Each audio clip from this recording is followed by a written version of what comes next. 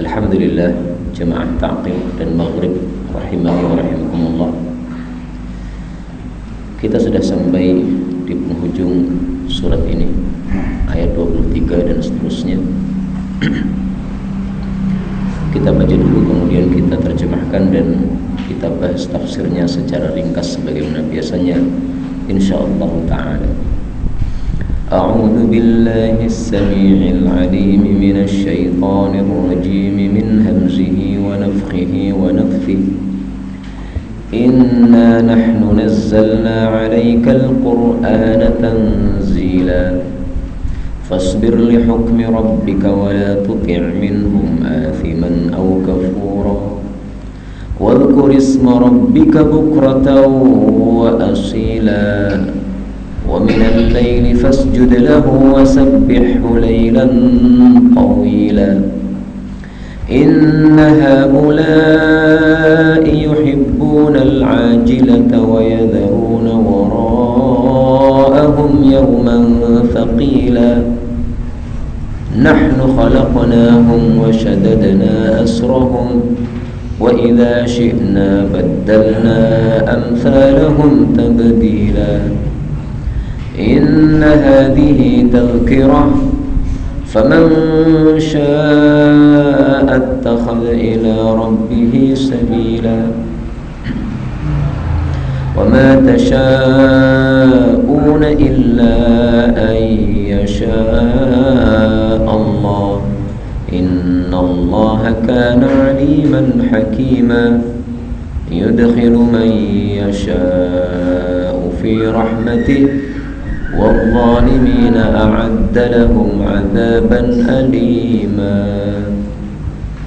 الحمد لله رب العالمين اللهم ارحمنا بالقرآن آمين. Allah subhanahu wa ta'ala mengatakan pada ayat yang ke-23, Inna sesungguhnya kami, nahnu kami ini, nazzalna kami telah menurunkan sedikit demi sedikit, alaika kepada engkau wahai Rasulullah sallallahu alaihi wasallam, menurunkan apa? Al-Quran. Al-Quran ini tanzila, dengan sebenar-benar penurunan. Fasbir, maka sabarlah, li hukmi rabbik, terhadap keputusan Rabbmu, keputusan Allah. Wala tuti', dan janganlah kamu taat, minhum, dari mereka orang-orang kafir, athiman, orang yang berbuat dosa, atau kafuran, orang yang kufur hatinya. Wadhkur, dan sebutlah atau ingatlah, isma rabbik, nama Rabbmu, bukratan, baik pagi hari, wa asila, atau sore hari, wa minal lail, dan dari sebagian malam, fasjud lahu, maka sujudlah kepada Allah, wasabbihu, dan tasbihlah Allah, maha sucikanlah Allah, lailan tawila, pada malam yang panjang. Bapak Ibu rahimani wa rahimakumullah, ayat ini bicara tentang dakwah yang menjadi kewajiban Rasulullah sallallahu alaihi wasallam. Kenapa dakwah wajib atas Nabi sallallahu alaihi wasallam? Karena beliau sudah menerima risalah ilmu dari Allah, mendapatkan ilmu berupa Al-Quran, maka wajib menyampaikan, Inna nahnu nazzalna 'alaikal Qur'ana tanzila. Nah, dalam dakwah harus sabar. Fasbir li hukmi rabbik, karena kalau tidak sabar, mengikuti arus atau mengikuti hawa nafsu orang-orang kafir, maka pasti tidak akan terjadi dakwah yang sesungguhnya. Maka Allah katakan, wala tuti' minhum athiman aw kafura. Nah, seorang da'i ini perlu kepada tenaga. Tenaganya apa? Zikir kepada Allah. Wadhkur isma rabbika bukratan wa asila. Perlu kepada tahajud. Kalau tidak tahajud, tidak bakal dia kuat untuk berdakwah. Maka Allah mengatakan, wa minal laili fasjud lahu wasabbihhu lailan tawila. Ini kesimpulan ringkas dari 4 ayat yang sudah kita baca ini. Dan ini meskipun turunnya kepada Rasul sallallahu alaihi wasallam, tetapi juga berlaku untuk semua umat beliau. Yang sudah menerima ilmu wajib untuk menyampaikan, dan menyampaikan ilmu ini perlu kesabaran. Kalau tidak sabar, tidak bakal bisa istiqamah di dalam menyampaikan ilmu. Tapi kalau sabar, insya Allah diberi istiqamah oleh Allah Subhanahu wa ta'ala. Dan kemudian kita ambil beberapa faedah dari ayat ini. Faedah yang pertama, kata-kata nazzalna, kami turunkan, itu berbeda dengan kata-kata anzalna. Karena kalau anzalna itu artinya menurunkan sekaligus. Adapun nazzalna tadi sudah saya terjemahkan, menurunkan sedikit demi sedikit, seayat demi seayat, sesurat demi sesurat. Maka nazzalna ini tafsirnya adalah pada ayat yang lain Allah Subhanahu wa ta'ala mengatakan ala mukfin pada surat Al-Isra ayat 106. Wa qur'anan faraqnahu litaqra'ahu 'alan nasi 'ala mukf wa nazzalnahu tanzila. Wa qur'anan, dan Quran ini faraqnahu, kami pisah-pisah dia, maksudnya diturunkan sedikit demi sedikit. Boleh juga diartikan faraqnahu, kami jelaskan dia, tapi yang lebih cocok untuk kalimat ini ala mukfin, ini faraqnah, ini adalah kami pisah-pisahkan dia, diturunkan sedikit demi sedikit. Litaqra'ahu, supaya engkau membaca Al-Quran ini ala nasi, kepada manusia, ala mukfin, dengan perlahan-lahan, sedikit demi sedikit.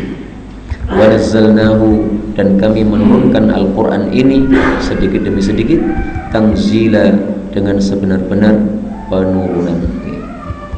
Nah, maka Quran ini kalau dalam ayat-ayat yang lain disebutkan anzalna, langsung diturunkan sekaligus, itu benar juga.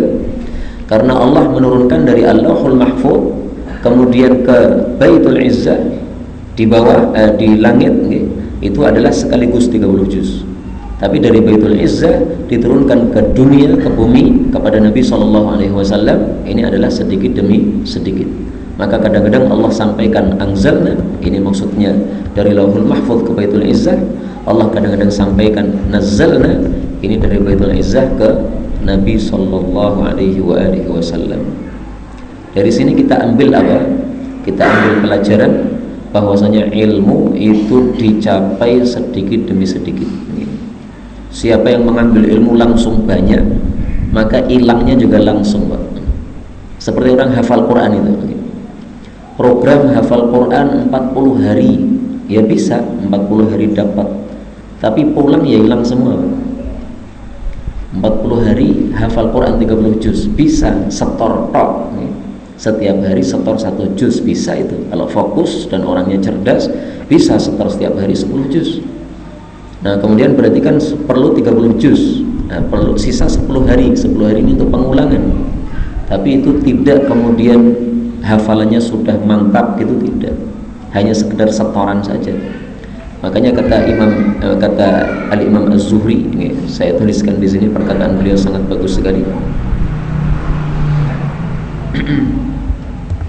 Man akhadhal ilma jumlatan dhahaba anhu jumlatan. Siapa mengambil ilmu sekali kejap, maka lenyapnya juga sekali kejap. Ilmu itu diambil sedikit demi sedikit. Siapa manusia di atas muka bumi paling cerdas, ya Bapak? Nabi Muhammad sallallahu alaihi wasallam. Itu pun Quran diturunkan oleh Allah sedikit demi sedikit. Nazzalna, kami turunkan sedikit demi sedikit. Ini sunnahnya mencari ilmu seperti ini, sedikit demi sedikit. Nah, maka majelis tafsir ini juga sedikit demi sedikit, paling setengah halaman, besok lagi setengah halaman, ini supaya lebih bisa dipaham. Faedah berikutnya, dalam ayat 24 Allah mengatakan fasbir li hukmi rabbik, sabarlah terhadap keputusan Allah. Apa maksudnya keputusan Allah? Keputusan Allah yaitu perintah untuk berdakwah menyampaikan Quran ini. Jadi setelah Allah mengatakan kami sudah turunkan Quran kepada engkau, berarti ini dimuliakan oleh Allah.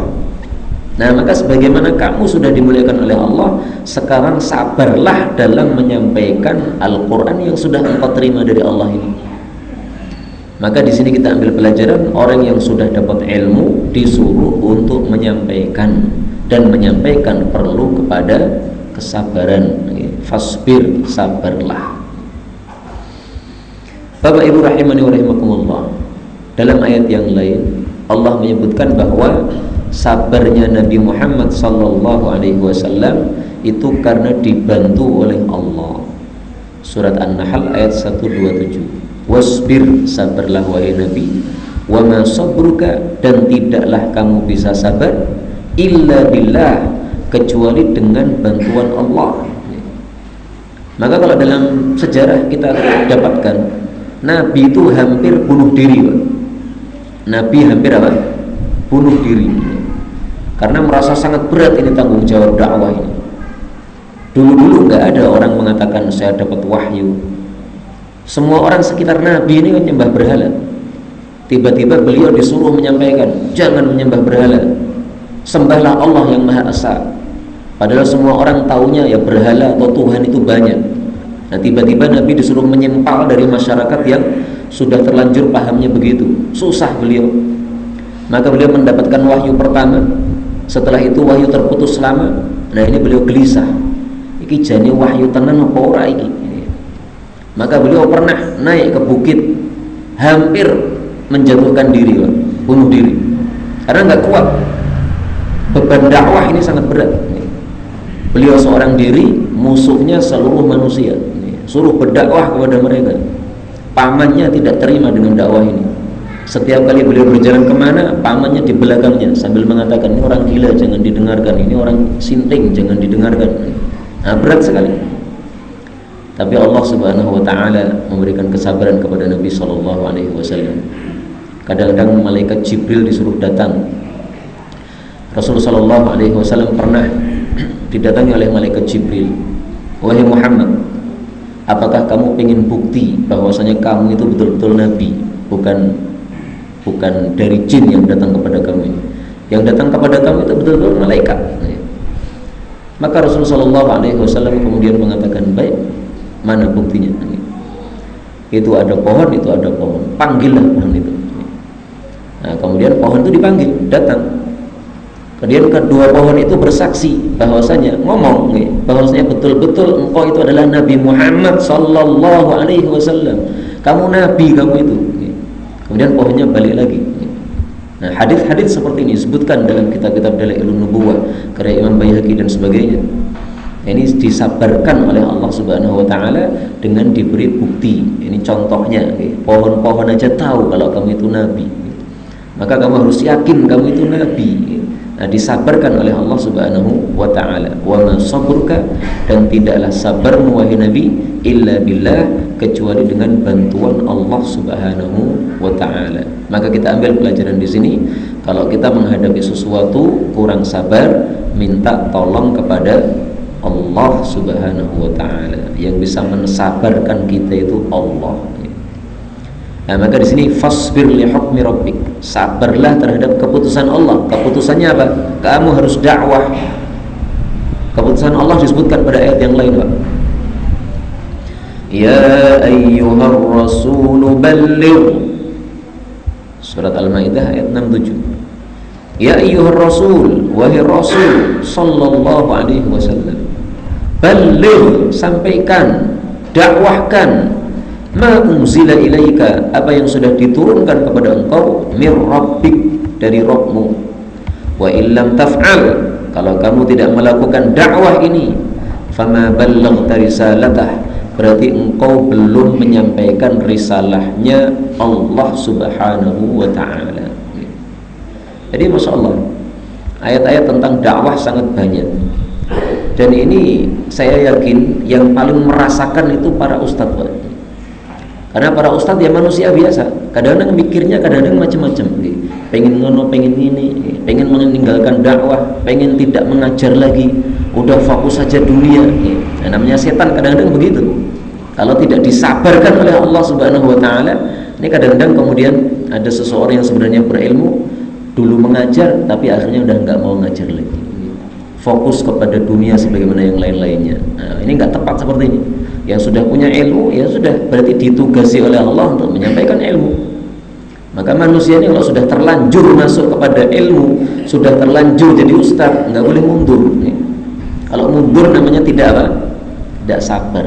Perlu kesabaran.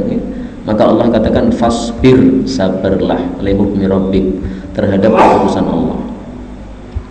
Wala tuti' minhum athiman aw kafura. Jangan taat kepada orang yang berbuat dosa atau yang hatinya kafir. Ini karena seringkali Nabi itu ditawari oleh orang-orang kafir, tawaran-tawaran yang menggiurkan. Walid bin Mughirah, Utbah bin Rabi'ah, Abu Lahab, dan yang lain-lain. Mereka mengatakan kepada Nabi Muhammad SAW, "Hei Muhammad, kamu nggak usah dakwah. Kamu minta apa, harta berapapun kami cukupi. Kamu minta istri secantik apapun kita carikan. Di Mekah ini banyak wanita cantik. Syaratnya satu, nggak usah dakwah. Dakwahnya selesai aja udah." Nah, turun ayat ini, sabar wahai Nabi, dakwah. Wala tuti', jangan taati orang-orang kafir itu. Karena orang-orang kafir itu ada kalanya athim, orang yang berdosa, ada kalanya kafur, orang yang hatinya kufur. Artinya tidak pantas ditaati. Karena itu kita dalam Islam ini disuruh untuk mentaati para ulama. Karena para ulama itu rata-rata mereka lebih jauh daripada athiman au kafura. Mereka lebih bisa menjaga diri dari dosa sehingga pantas untuk ditaati. Karena kalau memerintahkan, perintahnya sesuai syariah. Dalam ayat yang sangat jelas Allah Subhanahu wa taala mengatakan, "Ya ayyuhalladzina amanu athi'ullaha wa athi'ur rasula wa ulil amri minkum." Taatlah kepada Allah, taatlah kepada Rasul, dan juga ulil amri kalian. Nah, ulil amri kalian itu zaman sekarang ini adalah para ulama. Kita disuruh taat kepada para ulama. Tidak boleh taat kepada athim, orang yang berbuat dosa, au kafur, atau orang yang hatinya kufur. Meskipun itu pemerintah kita, tetapi kalau dia itu athiman au kafura, maka Allah sudah menegaskan di sini, wala tuti' minhum athiman au kafura. Jadi taat kepada pemerintah itu ada aturannya. Yang disuruh apa dulu? Kalau yang disuruh adalah maksiat, nggak ada taat. Wala tuti'. Bukan berarti ini kita ingin mendirikan negara sendiri di Indonesia, enggak. Kita tetap masyarakat Indonesia, rakyat Indonesia. Disuruh apa oleh Pak RT, ya kalau baik manut aja. Selama baik nggak ada masalah. Misalnya kumpul untuk membersihkan jalan, baik itu. Nah, kita nggak masalah, taat, bagus itu. Ini untuk kebaikan, untuk kebaikan bersama. Tapi kalau perintahnya perintah yang athiman au kafura, dosa atau kufur, sama sekali tidak boleh menerimanya atau mentaatinya. Wala tuti' minhum athiman au kafura. Ini salah satu ayat ini muncul karena adanya larangan Nabi SAW melakukan salat. Siapa yang melarang Nabi melakukan salat? Dalam surat Al-Alaq ayat yang ke-8, 9. Ara'aital ladzi yanha 'abdan idza shalla. Apa pendapatmu terhadap orang yang melarang seorang hamba ketika dia salat? Yang dimaksud di sini Abu Jahal melarang Nabi Muhammad SAW melakukan salat. Jadi Nabi sedang salat, sedang sujud di depan Ka'bah, itu Abu Jahal berkuar-kuar. Besok lagi kalau Muhammad kelihatan sujud lagi di sini, saya injek itu tengkuknya Muhammad itu sampai mati. Nah, maka turun ayat ini, ara'aital ladzi yanha 'abdan idza shalla. Juga turun ayat ini, wala tuti' minhum athiman aw kafura. nggak usah taat kepada Abu Jahal yang melarang engkau sholat aja. Artinya apa? Jangan takut, besok kamu tetap sholat. Kalau Abu Jahal akan menginjak kepalamu, tidak akan bisa. Ini jaminan dari Allah Subhanahu wa Ta'ala bahwa Nabi Muhammad SAW kalau tetap sholat besoknya tidak akan diganggu oleh Abu Jahal karena Allah sudah menjaga beliau. Nah, Bapak Ibu rahimani wa rahimakumullah, rintangan dakwah seperti ini Nabi. Beliau disuruh sabar dan beliau disuruh untuk tetap berdakwah tanpa menghiraukan gangguan-gangguan itu. Nah, maka beliau disuruh untuk apa? Untuk fokus dakwah. Perintah fokus dakwah itu pada ayat 25 ini. Wadhkurisma rabbika bukratan wa asila. Zikirlah, sebutlah nama Allah pagi sore. Yang menyebut nama Allah ini ada dua macam.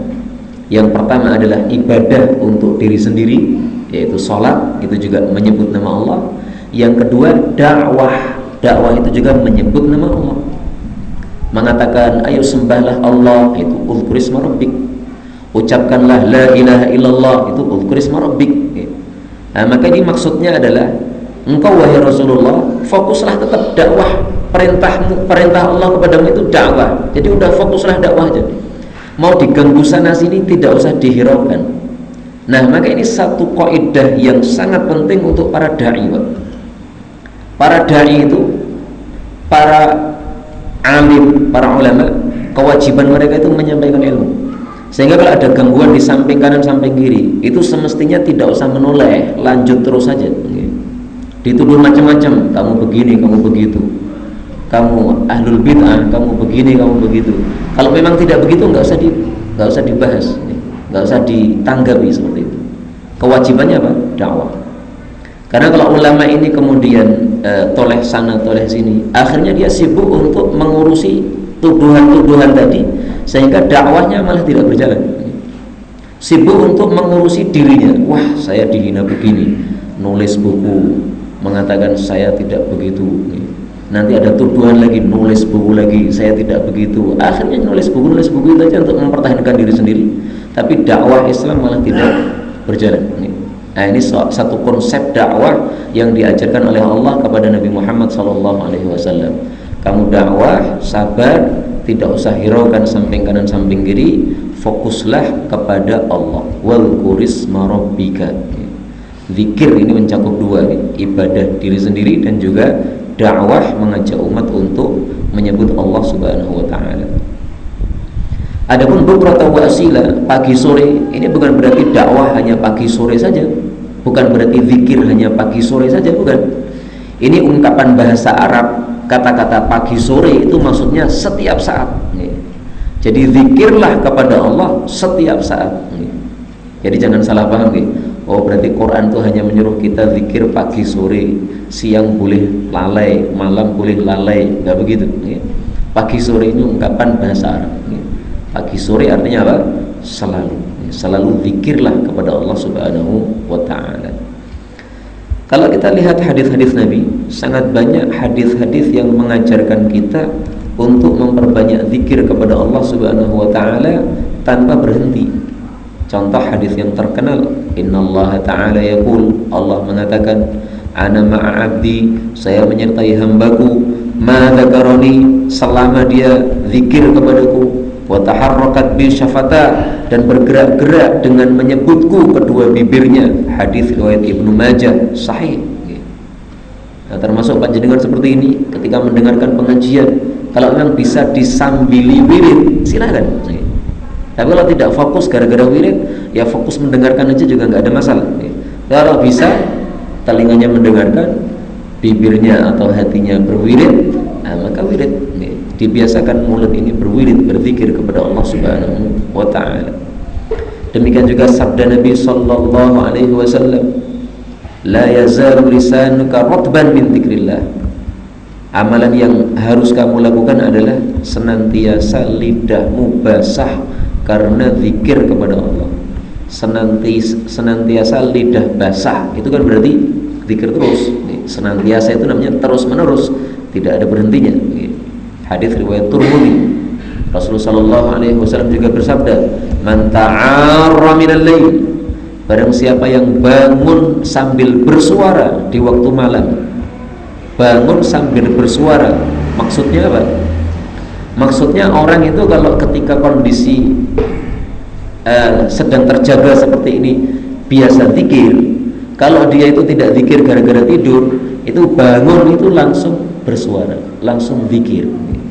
Karena sudah terbiasa kondisi terjaga zikir, maka begitu tidur istirahat mulutnya, begitu bangun dia sudah sadar lagi, dia akan zikir lagi. Karena kondisi sebelum tidur tadi kan zikir, maka kembali zikir lagi.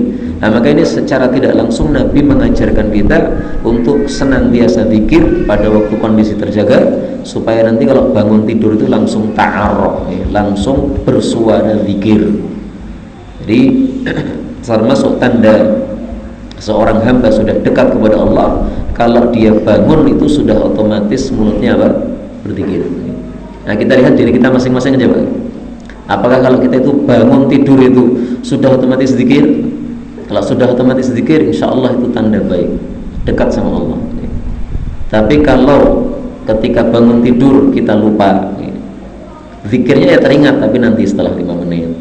Yang teringat pertama kali apa? Misalnya HPC. Nah, ini berarti ingatnya sama Allah atau dekatnya sama Allah itu kurang. Berarti dia lebih dekat kepada HP daripada kepada Allah. Dengan bukti bangun itu langsung pikirannya langsung apa? HP. Nah, berarti dekat kepada HP.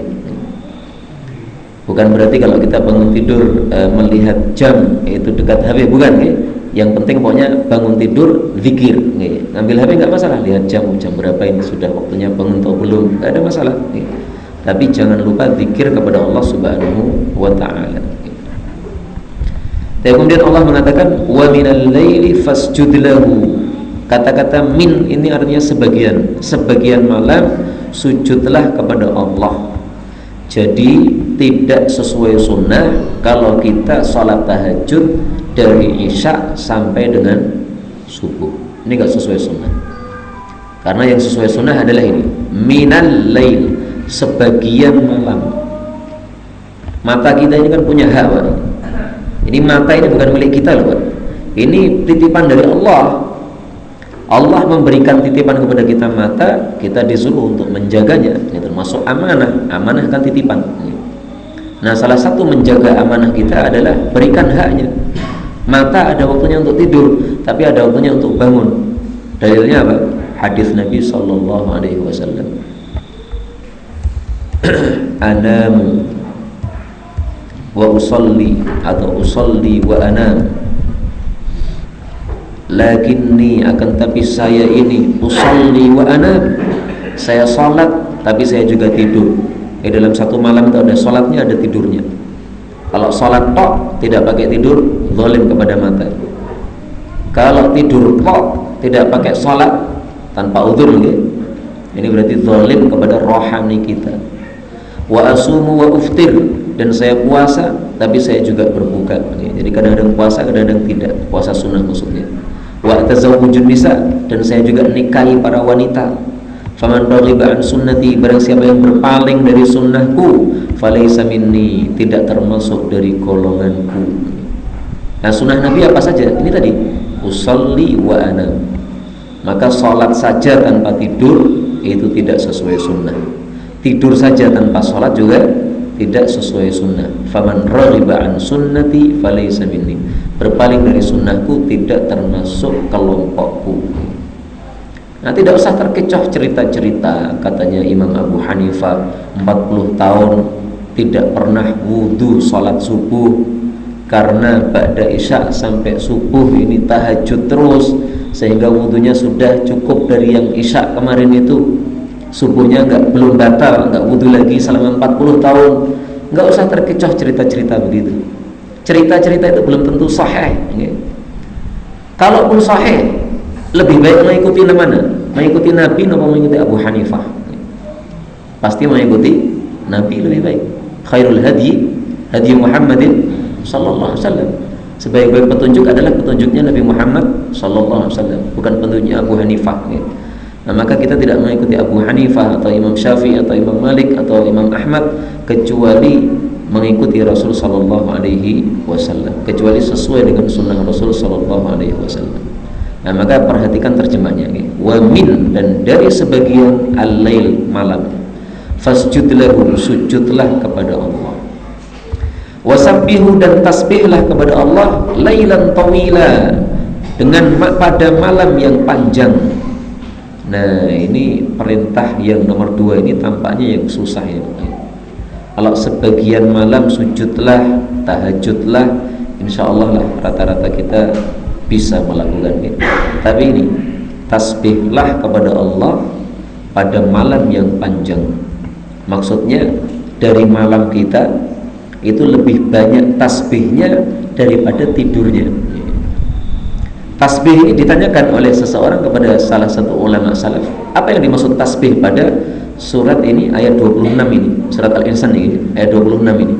Maka beliau mengatakan at-tasbihu huna at-tahajjud. Tasbih yang dimaksud pada ayat ini salat tahajud. Jadi fasjud lahu wasabbihu ini satu, maknanya satu.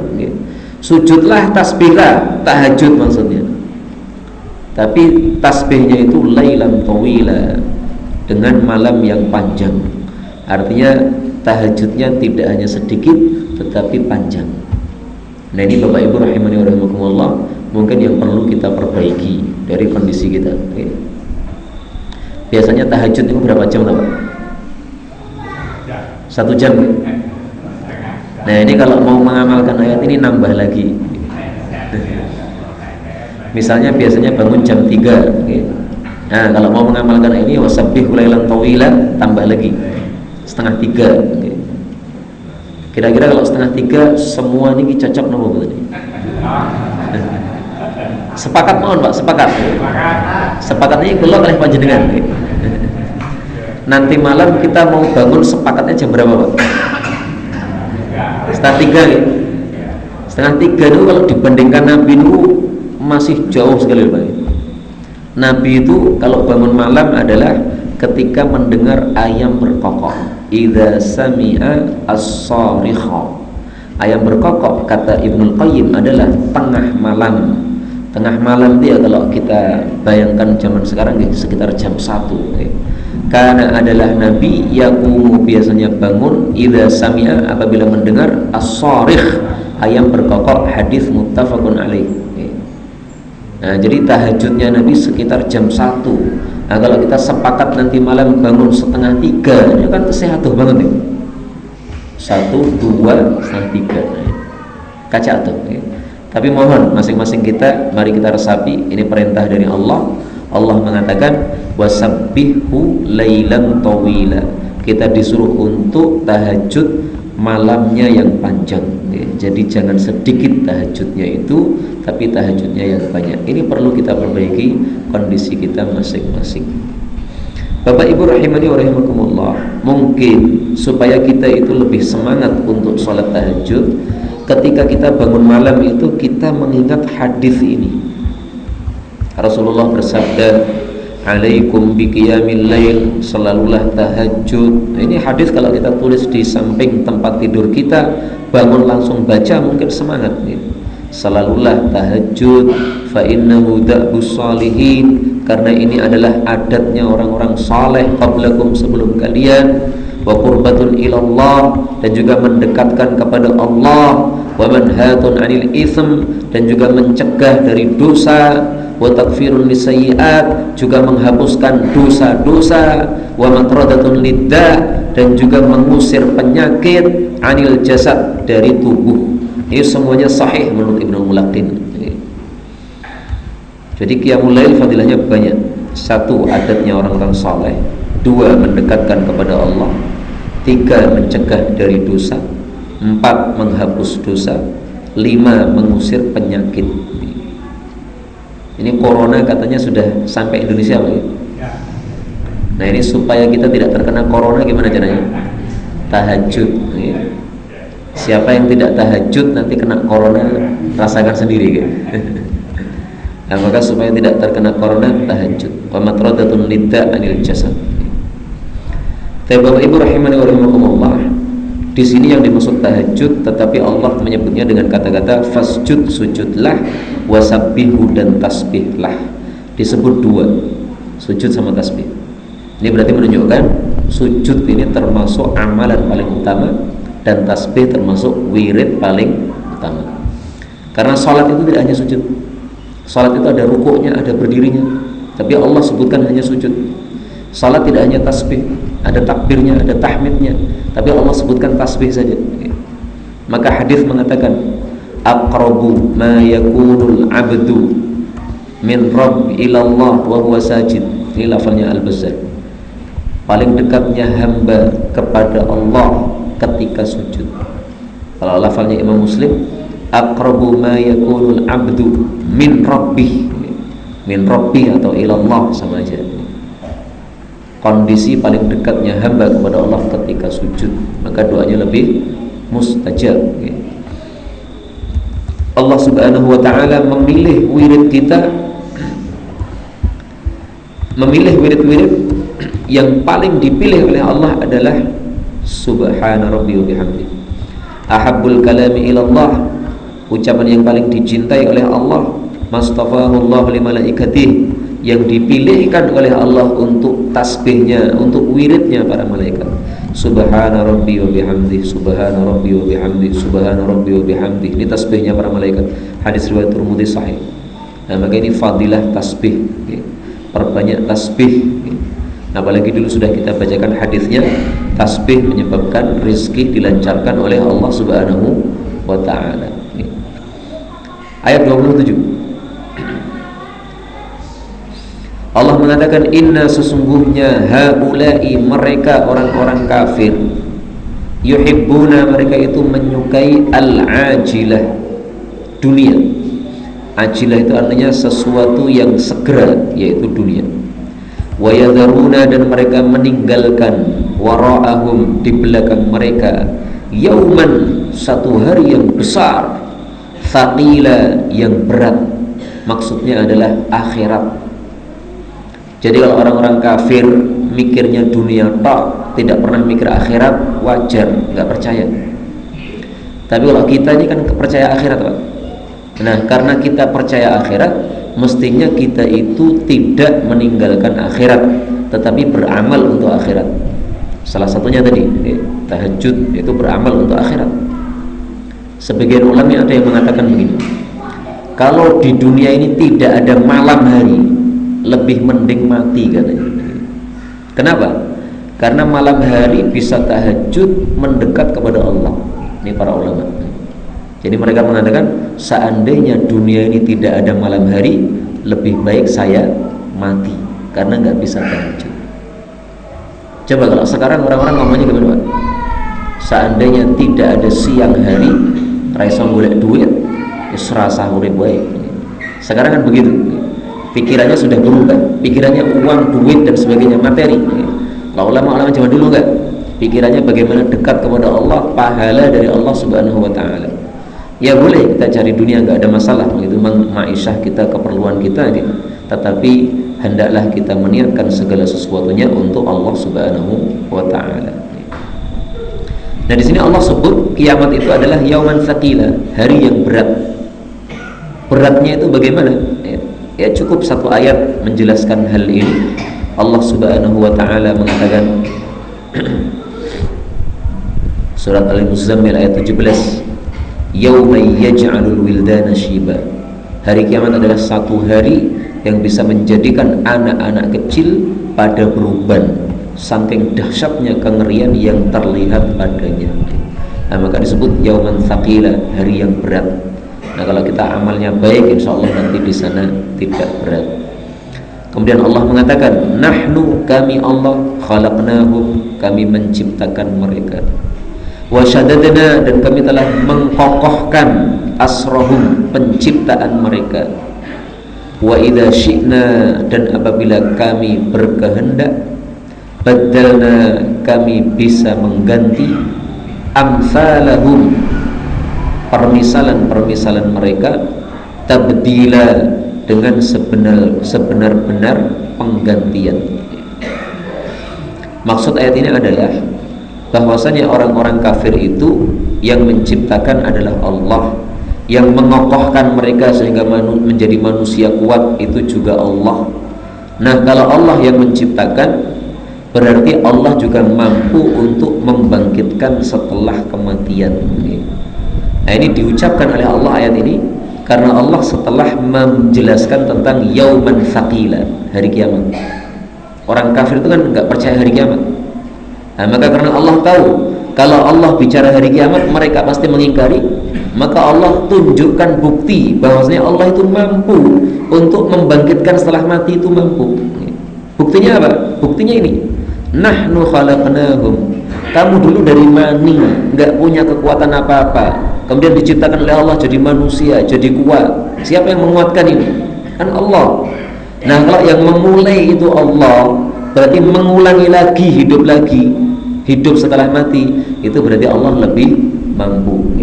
Itu maksudnya wa idza syi'na baddalna amsalahum tabdila. Kalau kami mau, kami bisa mengganti permisalan mereka. Artinya setelah mereka mati diganti lagi yang baru, bisa Allah Subhanahu wa taala. Ini tafsiran yang paling bagus untuk ayat ini. Kenapa? Ayat ini bicara tentang kebangkitan setelah kematian, di mana orang-orang kafir tidak percaya. Maka Allah ingin menunjukkan bukti, saya mampu. Mampunya buktinya apa? Kamu dulu tercipta dari mani, saya yang membuat. Nah, sekarang membuat dari tanah menjadi manusia lagi juga pasti bisa. Tetapi saya harus jujur, ayat ini juga boleh ditafsirkan sebagaimana penafsiran para sebagian ulama ahli tafsir menafsirkan ayat ini dengan ayat yang lain yang semisalnya, yaitu Allah Subhanahu wa taala mengatakan pada surat An-Nisa ayat 133, iyasha, jika Allah mau, yudhibukum ayyuhan nas, Allah bisa melenyapkan kalian wahai manusia-manusia yang kafir, wa ya'ti bi akharin, kemudian mendatangkan makhluk-makhluk baru yang pada beriman kepada Allah, bisa. Surat Fatir ayat 16 juga semisal, iyasha, kalau Allah mau, yudhibukum, Allah bisa melenyapkan kalian, menghabiskan kalian, meludeskan kalian, wa ya'ti bi khalqin jadid, mendatangkan makhluk yang baru, yang lebih baik, yang tidak kafir. Allah mampu. Demikian juga di sini, wa idza syi'na, dan apabila kami mau, badalna, kami bisa mengganti amsalahum, permisalan mereka, semisal mereka, artinya diganti makhluk yang baru, tabdila, dengan sebenar-benar penggantian. Nah, dua tafsir ini sama-sama bagus ya. Tapi saya lebih suka tafsiran yang pertama. Kenapa? Melihat siyaqul kalam, melihat kondisi kalimatnya. Ini kalimatnya ini tadi kan Allah bicara tentang orang kafir. Orang kafir itu cintanya dunia saja, mereka meninggalkan akhirat karena memang nggak percaya.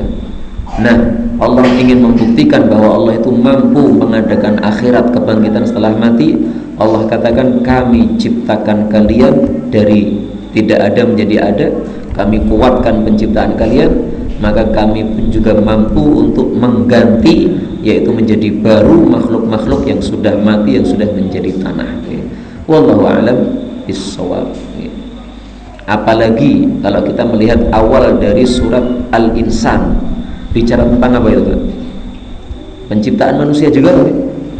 Surat Al-Insan, hal ata 'alal insani hinun minad dahri lam yakun syai'an madhkura inna khalaqnal insana min nutfatin amsyajin nabtalihi faja'alnahu sami'an basira, dan seterusnya. Ini semuanya membuktikan bahwasanya Allah itu mampu memulai, berarti Allah mampu untuk mengulangi lagi kebangkitan setelah kematian.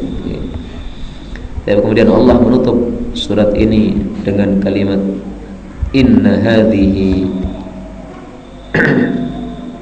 sesungguhnya surat ini tazkiratun, peringatan. Faman syaa, maka barang siapa yang mau, ittakhadha, dia mengambil, ila rabbihi, kepada Rabbnya, menuju kepada Rabbnya, sabila, akan jalan. Jadi surat ini adalah peringatan. Siapa yang mau mengambil pelajaran pasti akan dapat. Siapa yang ingin mendekatkan diri kepada Allah dengan memahami ayat ini, mempelajari atau meresapi ayat ini, nah salah satunya tadi kita meresapi perintah Allah ini, wa minal laili fasjud lahu wasabbihu lailan tawila, karena kita hidup di dunia hanya sementara setelah itu kita akan mengalami yauman thaqila, hari berat, yaitu di akhirat. Maka insya Allah kita akan bisa lebih baik, salat tahajud kita lebih baik, kemudian membaca Quran kita lebih baik, amal soleh kita yang lain-lain lebih baik. Tapi Allah mengatakan wa ma tasyaun, dan tidaklah kalian berkehendak illa ayyasha Allah, kecuali kalau Allah berkehendak. Artinya taufik itu memang diperlukan untuk manusia ini. Manusia yang tidak dapat taufik dari Allah gak bakal mau. Jadi sebenarnya hatinya udah tahu. Sebenarnya perkataan Muhammad ini sangat bagus. Walid bin Mughirah itu kan ketika mendengar Quran itu kan disuruh untuk mengatakan bahwasanya itu bukan Quran, itu nggak bisa. Bagaimana mungkin saya harus mengatakan itu bukan kalam Allah? Oh, sungguh nikmat sekali suaranya itu didengarkan. Kemudian isinya menarik sekali. Ini Walid bin Mughirah. Tapi karena tidak dapat taufik, akhirnya tetap kafir juga. Maka kita perlu minta kepada Allah Subhanahu wa taala untuk diberikan hidayah olehnya sehingga diberi taufik kepada kebaikan. Innallaha, sesungguhnya Allah, kana adalah aliman, maha mengetahui siapa yang berhak mendapatkan taufiknya, siapa yang tidak. Hakima, Allah juga bijaksana. Nah, bijaksana ini perlu kita garis bawahi ini. Bijaksana itu berarti nggak pernah salah, Pak. Maka kalau ada orang kafir kemudian dia mengatakan saya kafir ini tidak mau beriman, ini karena Allah tidak menghendaki saya beriman. Berarti salahnya Allah, kenapa Allah tidak menghendaki saya beriman? Kalau Allah menghendaki saya beriman, kan saya beriman. Nah, ini nggak bisa menyalahkan Allah, karena Allah itu hakim, Allah itu bijaksana. Bijaksana nggak pernah salah. Sehingga kalau Allah itu menyesatkan orang atau menyiksa orang, itu karena adilnya Allah ya. Sementara kalau Allah memberikan hidayah kepada seseorang atau masukkan ke dalam surga, itu karena karunia-Nya Allah. Adanya adlun atau fadlun, udah titik. Allah itu hanya maha adil atau maha memberi karunia, udah titik. Manusia nggak bisa menyalahkan Allah. Maka kita jangan menyalahkan Allah. Aku ini malas tahajud memang karena Allah itu udah nakdirkan saya ini malas tahajud. Seandainya Allah itu membuka hati saya supaya rajin tahajud, ya saya rajin. Ini gara-gara Allah nggak membuka hati saya. Ini menyalahkan Allah nggak bisa. Allah tidak salah sama sekali, tapi kita yang salah. Kenapa kita itu tidak semangat beramal saleh? Mungkin karena kita berbuat maksiat. Maksiat itu kan menyebabkan kita jadi malas berbuat amal saleh. Bisa maksiat kepala, mikir sing elek-elek, bisa maksiat mata, melihat yang haram, bisa maksiat tangan, berbuat yang haram, bisa maksiat mulut, makan yang haram, ngomong yang haram, bisa maksiat kaki, berjalan menuju yang haram. Nah, itu semuanya gara-gara kita berarti. Jadi yang menyebabkan kita itu malas beramal soleh, ya kita sendiri. Kenapa kita tidak menjaga anggota tubuh kita sehingga menyebabkan hati kotor? Kalau sudah hati kotor, susah beramal soleh. Nah, kembali ke sini, Allah maha bijaksana, tidak pernah berbuat salah. Kalau begitu, kita baca ayat berikutnya. Yudkhilu, Allah memasukkan mayyasha, siapapun yang dia kehendaki, fi rahmati, di dalam rahmatnya. Wadzalimina, adapun orang-orang yang zalim, a'addalahum, Allah sudah menyiapkan untuk mereka azaban alima, siksa yang menyakitkan. Nah, maka kita minta kepada Allah, Allahumma adkhilna fi rahmatik, Allahumma adkhilna fi rahmatik, Allahumma adkhilna fi rahmatik, amin ya rabbal alamin. Ya Allah, masukkanlah kami semuanya dalam rahmat-Mu. Karena di sini yudkhilu may yasha fi rahmatih, Allah itu memasukkan siapapun yang dia kehendaki dalam rahmatnya Allah. Sehingga yang tidak dikehendaki oleh Allah nggak mungkin masuk rahmatnya Allah Subhanahu wa ta'ala. Nah, rahmat yang dimaksud dalam ayat ini kalau melihat kepada siyaqul kalamnya, ini maksudnya adalah jannah. Allah memasukkan siapapun yang Dia kehendaki ke dalam jannahnya Allah. Karena di sini disebutkan wadh-dhalimina a'addalahum 'adzaban alima. Orang-orang zalim sudah disiapkan siksaan yang menyakitkan, yaitu apa? Neraka. Nah, kalau neraka berarti rahmatih adalah sebaliknya, yaitu jannah. Itulah tafsiran para ulama-ulama tafsir, rahmatuhu jannatuhu. Rahmatnya Allah di sini artinya jannahnya. Kenapa? Kebalikan dari azaban alima, yaitu nerakanya. Dan kita temukan dalam hadis Nabi SAW bahwasanya Allah menyebut jannah itu sebagai rahmat. Kita lihat ya. Hadis riwayat Imam Muslim. Ihtajjatil jannatu wan nar. Jannah dan neraka debat.